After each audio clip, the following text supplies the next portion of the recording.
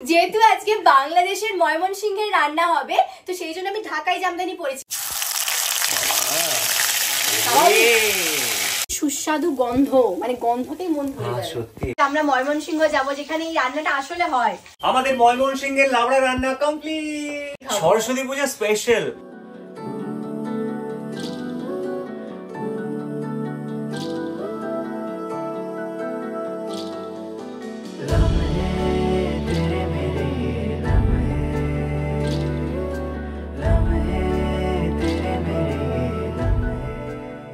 Good morning everyone, welcome back to Rudrajit Promita blogs. চলে এসেছে আবার একটা নতুন ব্লগ নিয়ে, এবং তোমাদের সবাইকে সরস্বতী পুজোর অনেক অনেক শুভেচ্ছা। সরস্বতী পুজো উপলক্ষে বিশেষ ব্লগটা আমরা করছি সরস্বতী পুজোর দিন, কিন্তু তোমরা দেখতে পাবে সরস্বতী পুজোর হয়তো কয়েকদিনের মধ্যে। আজকে কিন্তু রবিবার, মানে এবার তো দুদিন সরস্বতী পুজো পড়েছে, মানে আজকে সরস্বতী পুজো এবং কালও সরস্বতী পুজো। কালকে 10টা অবধি পুজোর সময় রয়েছে, তো আমরা সকালবেলা পুজো হবে, মানে ভোরবেলার দিকে পুজো হবে। তো আজকে বাড়িতে বানাবো সেই জন্য বিশেষ একটা রান্না। এবং সেই রান্নাটা কি? সেটা হচ্ছে বাংলাদেশের ময়মনসিংহের লাবড়া রান্না। মানে প্রথমবার নিরামিষ রান্না করব, এবং এটা পুজোর রান্না। তো আমরা যে লাবড়াটা করি সেই ধরনের থেকে একটু আলাদা হবে। এটার করার একটা বিশেষ কারণ আছে। সেই কারণটা হচ্ছে যে আমার মা, মানে তোমরা যেমন ধরো আমাদের ইউটিউবে ব্লগ দেখছো, ভিডিও দেখছো, তো সেরকমই মাও তো ফোনে নানা রকম ভিডিও দিনরাত দেখতে থাকে, রান্নার ভিডিও দেখতে থাকে, এটা ওটা ভিডিও দেখতে থাকে।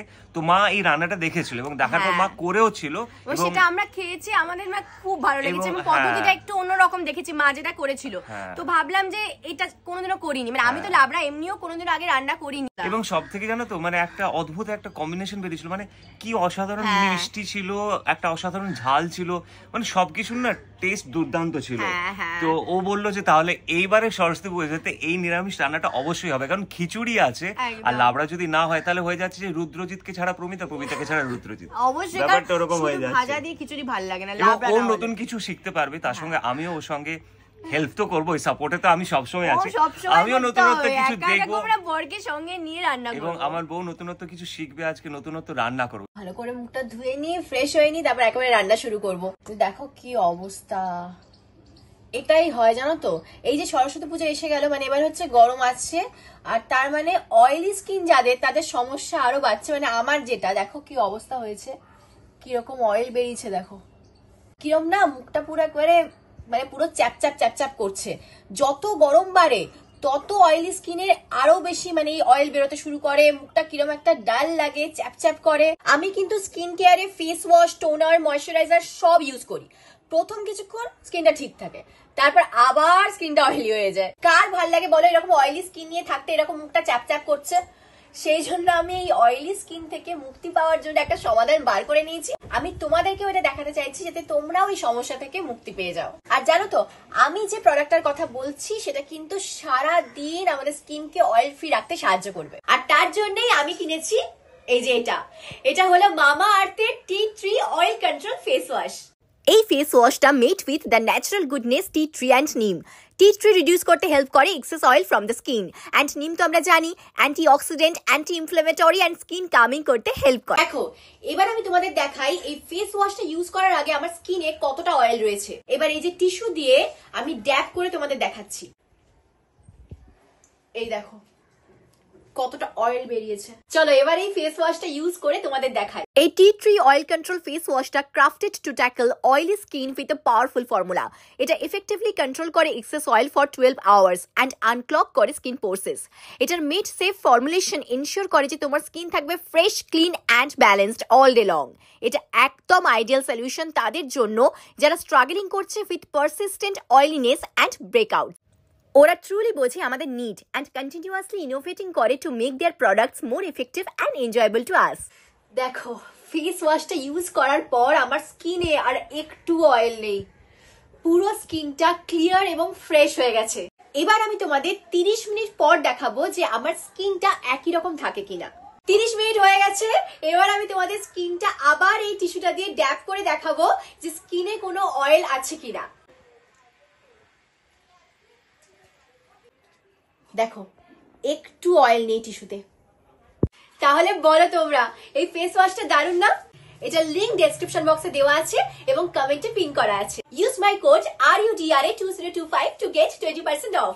আর এই কুপনটা ভ্যালিড রয়েছে মামা আর্থের ওয়েবসাইট এবং অ্যাপে। মামা আর্থের প্রোডাক্টস নাইকা, ফ্লিপকার্ট, অ্যামাজন এবং পার্পেলে অ্যাভেলেবল রয়েছে। আর এখন কিন্তু সব স্টোরে মামা আর্থের প্রোডাক্টস পাওয়া যায়। তাই তোমরা কোন স্টোরে মামা আর্থের প্রোডাক্টস দেখতে পেলে আমাকে কমেন্ট করে জানিও। কিন্তু যেহেতু আজকে বাংলাদেশের ময়মনসিংহের রান্না হবে, তো সেই জন্য আমি ঢাকাই জামদানি পরেছি। হ্যাঁ, এটা বাংলাদেশ, ঢাকাই জামদানি, কিন্তু এটা দেখো, এটা বাংলাদেশ থেকে কেনা নয়। আমার ইচ্ছা আছে যখন আমরা বাংলাদেশ যাব নিশ্চয়ই আমি ঢাকাই জামদানি কিনবো। হ্যাঁ, কিন্তু যেটা বলে যে বাংলাদেশের আসলে ঢাকাই জামদানি বিখ্যাত। যেটা হয় লাবড়াতে সব রকমের সবজি লাগে, তো সেই সব সবজি কিন্তু কেটে রেখেছি। শাক রয়েছে, পালং শাক রয়েছে, বাঁধাকপি রয়েছে। সবার আগে তেল দেবো অবশ্যই। তেলটা একটু গরম হতে এক এক করে সব দিতে শুরু করবো। এই তো তেল। আসলে লাবড়াতে আমি এই পুরো আয়োজনটা এই জন্য করে রেখেছি, এক এক করে না সব দিতে থাকতে হয়।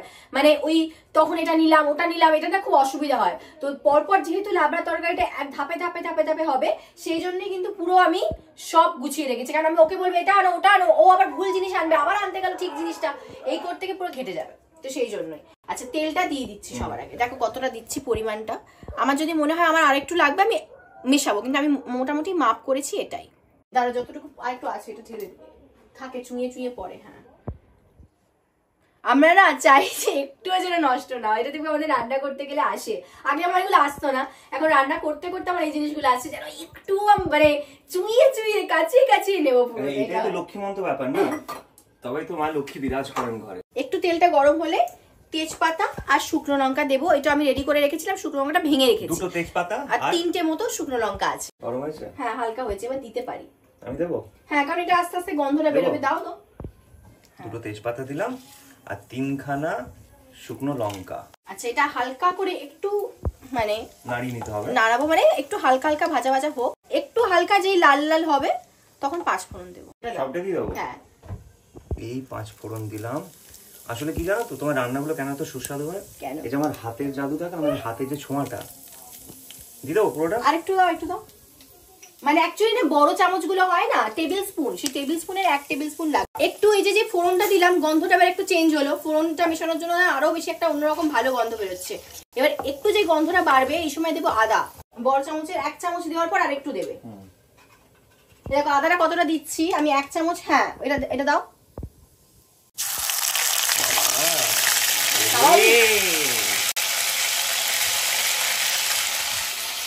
স্বাভাবিক তেল তেল জল, আদার মধ্যে জল থাকে প্রচুর। আর একটু দাও।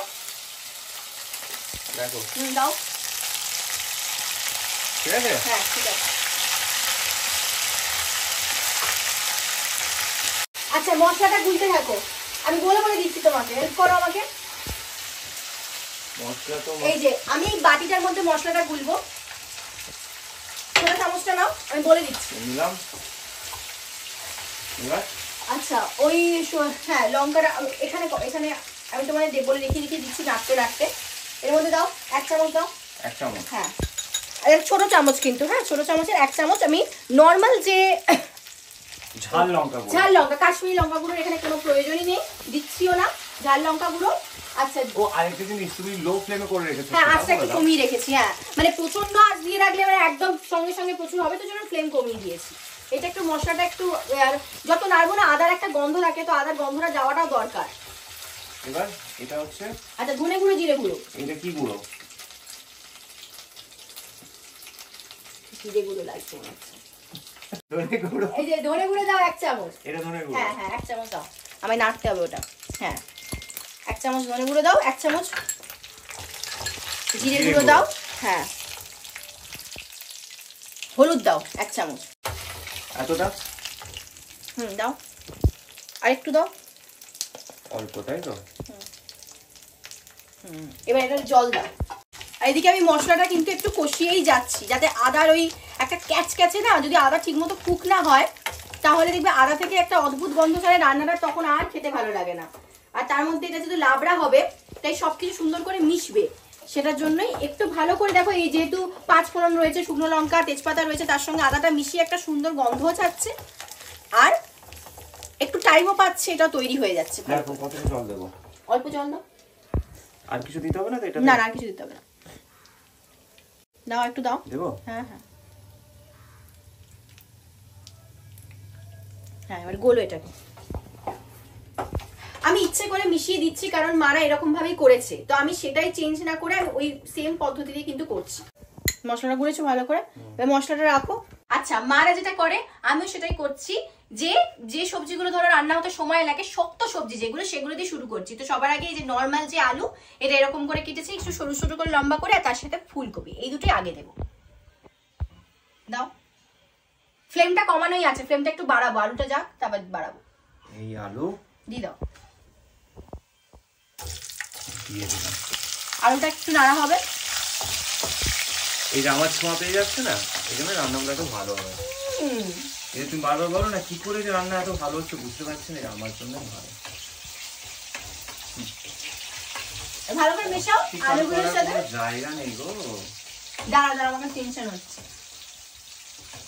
ভালো করে এপার ওপার করো। আমাদের খুব ইচ্ছা যে আমরা ময়মনসিংহ যাব, যেখানে এই রান্নাটা আসলে হয়। তো সেখানে গিয়ে যদি আমরা ওইখানে লাবড়া খেতে পারি, তোমাকে গিয়ে কেউ খাওয়াবে ময়মনসিংহে গিয়ে একদম। আর তোমরা যারা যারা করো ময়মনসিংহে থাকো, হ্যাঁ ওখানে থাকো, এবং তোমরা এরকম ভাবে লাবড়া বানিয়েছো তোমরা জানিও আমাকে কমেন্ট করে। বা তোমরা যদি জোর জবরদস্তি ইনভিটেশন চাইছো, তাই তো? অবশ্যই চাই, আমরা তোমাদের বাড়ি আসবো। এবার ফুলকপি, তাই তো? এবার মশলাটা দেবো। কত কাজ করো তুমি আমাকে দিয়ে, এই জন্যই বলো বারবার না। ফুলকপি দিয়ে দিলাম, ছিটকাবে, সাবধানে।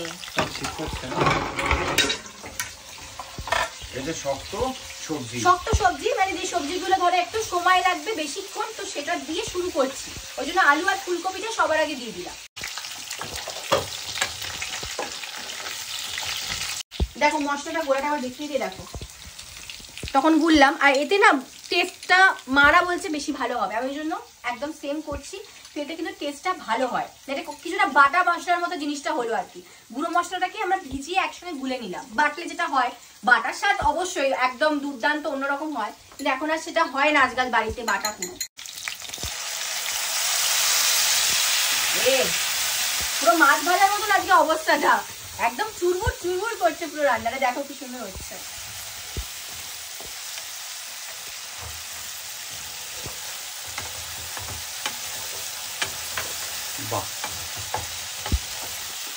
এবার এটাকে একটু কষাবো, মানে অ্যাকচুয়ালি মশলা পড়লো আমাদের, এবার হলুদ, জিরে, ধনে, লঙ্কা সব পড়লো। এবার এটার থেকে একটু তেল ছাড়তে শুরু করবে, যে আমি পরে সবজিটা দেবো, কিন্তু তার আগে একটু কষাবো এই অবস্থায়। ফ্লেমটা আমি পুরো হাই রাখিনি, একটু মাঝামাঝির মতন রেখেছি। এই দেখো ফ্লেমটা কমিয়ে মাঝামাঝির মতো করে রেখেছি। বাবা না, এবার নাড়ো। দেখো কি করছে। হয়ে গেছে রান্না? রান্না হয়ে গেছে? কে বললো? আর কি চাই, হয়ে গেছে তো। না, এটা নাড়তে হবে, জানো তো, নাড়ে না এই মশলা ধরতে থাকে একটু, তো নাড়তেই হয়, এটা পুরোপুরি ধরে ধরে যায়। তেল ছাড়তে শুরু করেছে, তেল ছাড়তে শুরু করেছে মানে মশলাটাও মানে ভালোভাবে কষানো হয়েছে। এরপর আমি রাঙা আলু দেব। তো নর্মাল আলু একটা দিয়েছিলাম, রাঙা আলু ছোট ছোট ছিল, তো সেই রাঙা আলু প্রায় ছোট দুটো দিচ্ছি। গন্ধ বেরোচ্ছে দেখো, বললাম তো। ও রান্না করছে বলেই আজকে রান্নাটা ময়মনসিংহের বাংলাদেশের লাবড়া, এটা আমার বর বানাচ্ছে, তাই তো? এরপরে কি এইভাবেই বলবে তুমি ভিডিওতে, তাহলে আমি ইন্ট্রোতে দিতে পারবো, তাহলে ব্লগে সবাই ভাববে যে আমি রান্না করেছি, বুঝতে পেরেছো? এইরকমই তুমি বলবে। আচ্ছা, এরপরে দিচ্ছি কুমড়ো আর পটল, এই দুটো জিনিস দেব। তো পটলটা আগে দিয়ে দিলাম, এখানে প্রায় ওই 3টে মতন পটল আছে, বেশি পটল নেই। একটু পটলটা মেশাও, কুমড়ো দেবো, এরপর জল যাবে, কুমড়োর পরেই জলটা দেবো। এরপর দিচ্ছি কুমড়ো, এই দুটো একসঙ্গে নাড়া হবে।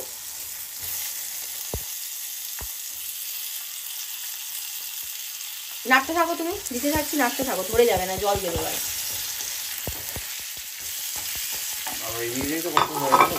এবার একটু জল দেবো।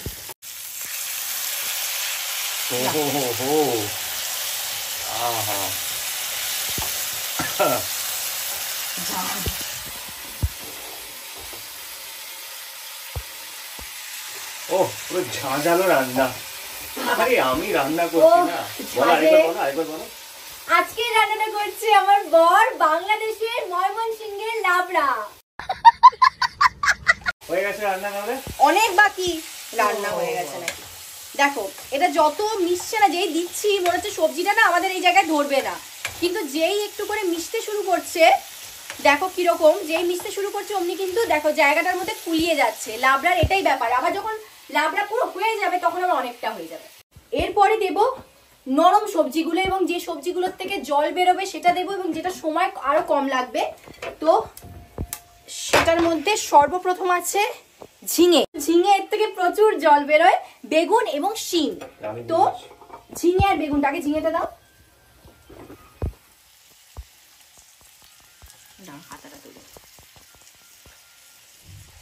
ঝিঙেতে তো প্রচুর জল বেরোয়, প্রচুর জল বেরোয়।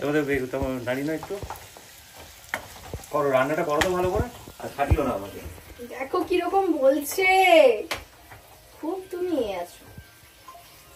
যে কিছু নাড়ানোর থাকে, তেল ছ্যাং ছ্যাং হওয়ার থাকে, তখনই একটু দাও তো, দেখো তো, হ্যাঁ দাও তো নাড়িয়ে দাও তো। এই পদ্ধতিটা তোমরাও কিন্তু করবে, ধরো খুব ছিটকাতে পারে, তখন হয়তো বরকে বললে হেল্প করবে, যে বর একটু করে দাও, ভালো করে বলবে, নিশ্চয়ই করে দেবে। আর তুমি কিরকম ভাবে বলো, দেখো না একটু দাও না, এটা একটুখানি ঢাকা দিয়ে দাও না, একটু দেখো নেড়ে দাও না, এরকম বলি।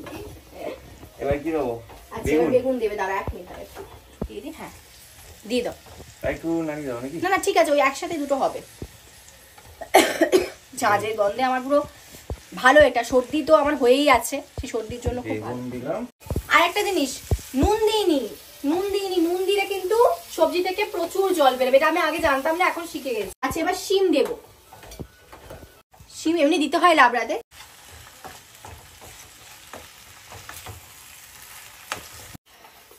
দেখো কতটা হয়ে গেছে, শিমটা যেহেতু লাস্টে দিয়েছি, শিমটা আরো হবে, তারপরে রংটা পাল্টাবে, কিন্তু বাকিগুলো সব কুমড়ো পটল যেটা লাস্ট অব্দি দেওয়া হয়েছিল, আলুগুলো তো সব কুক হয়ে গেছে, মানে অনেকটাই, আর একটু হলে পুরো কুক হয়ে যাবে। এরপর যেটা দেব সেটা হচ্ছে, দেখো কি করছে, আমাকে দাও কি, বাঁধাকপি দেব। ও বাবা কি কষ্ট, কতটা দেবে? পুরোটা না একটু রেখে দেব, যতটা কাটা হয়েছে। ও শীতকালে বাঁধাকপি, ওই জন্যই তো দেওয়া, শেষ না, এবার কমে যাবে না বাঁধাকপিটা, ফুলকপিটা আর খাওয়া বেশি উচিত না, কারণ গরম পড়ে যাচ্ছে। তুমি একটু নাড়ো, তারপর আরেকটু দেবো। তুমি আমাকে আজকে খাটাচ্ছ, দেখো অবশ্যই, তখন থেকে আমি রান্না করে যাচ্ছি, একা হাতে সামলাচ্ছি সব একা হাতে না, একা হাতে। ফুলকপিটা কতটা মিশে গেছে দেখো, এবং কতটা হয়েছে দেখো, কতটা হয়েছে। এবারে দেব পালং শাক। দাও, ডাঁটাটা একটু দিচ্ছি, হ্যাঁ বেশি দেবো না, কিছু কিছু ডাঁটা দিচ্ছি, সব ডাঁটা দিও না, শাকগুলো দাও, একটু মিশুক তারপর দাও।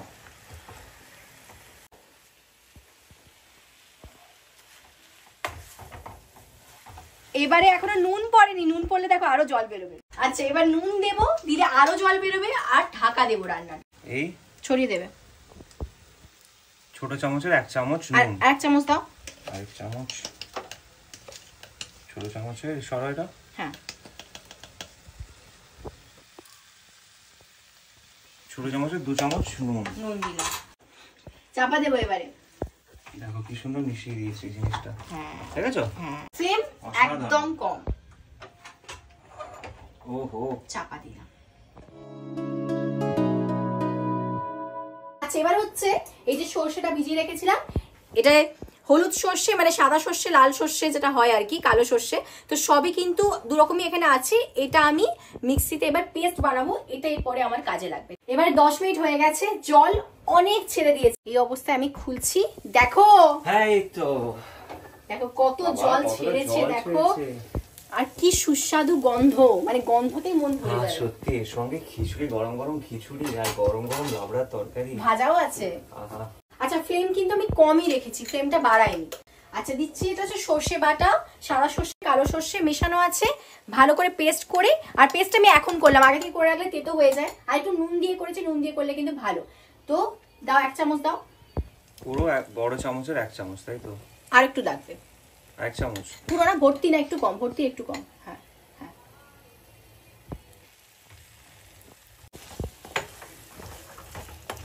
মেন জিনিসটা দিইনি কিন্তু, আবার কি আছে? চিনি বাকি। ও আচ্ছা, দেখো অ্যাকচুয়াল লাবড়া যাকে বলে, সব সবজির সঙ্গে সব কিছু মিশে গেছে।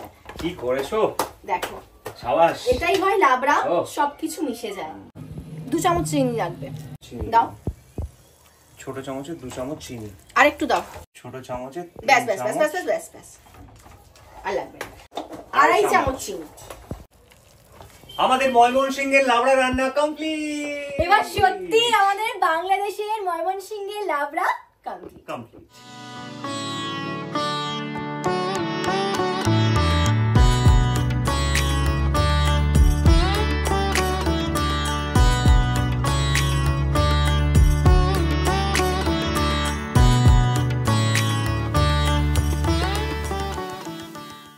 ওফ, যেমন গরম তেমন সত্যি সুন্দর গন্ধ যাচ্ছে, মানে খিদে পেয়েছে, তেমন খিদে মানে পেয়েছে। ভালো রান্না হলে যেটা হয় তখন খিদের পরিমাণটা বেড়ে যায়। মানে আমরা মানে পুরোটা কমপ্লিট করলাম, মানে এবার হচ্ছে শান্তি, এবার হচ্ছে একটাই কাজ, যে স্বাদটা। আর কার জন্য হয়েছে রান্নাটা আজকে রান্নাটা আবার বলছি, আজকে করেছি। আর বলতে হবে না। চলো এবার আমরা এটা টেস্ট করি। দেখো কি অপূর্ব দেখতে লাগছে, যেমন বেগুন ভাজা সেরকম বড় বড় গোল গোল আলু ভাজা এবং মাখো মাখো খিচুড়ি করেছি, ভাল লাগে আরো বেশি। এই যে আজকে স্পেশাল রান্না, সরস্বতী পূজা স্পেশাল। আজকে আমরা একটা থালাতেই খাবো বলেছি, আর তার মধ্যে বারবার ও আমাকে খাইয়ে দেয়, আজকে আমি ওকে খাইয়ে দেবো। ওফ, এই খিচুড়ির সঙ্গে যখন মেশে না কি ভালো লাগে।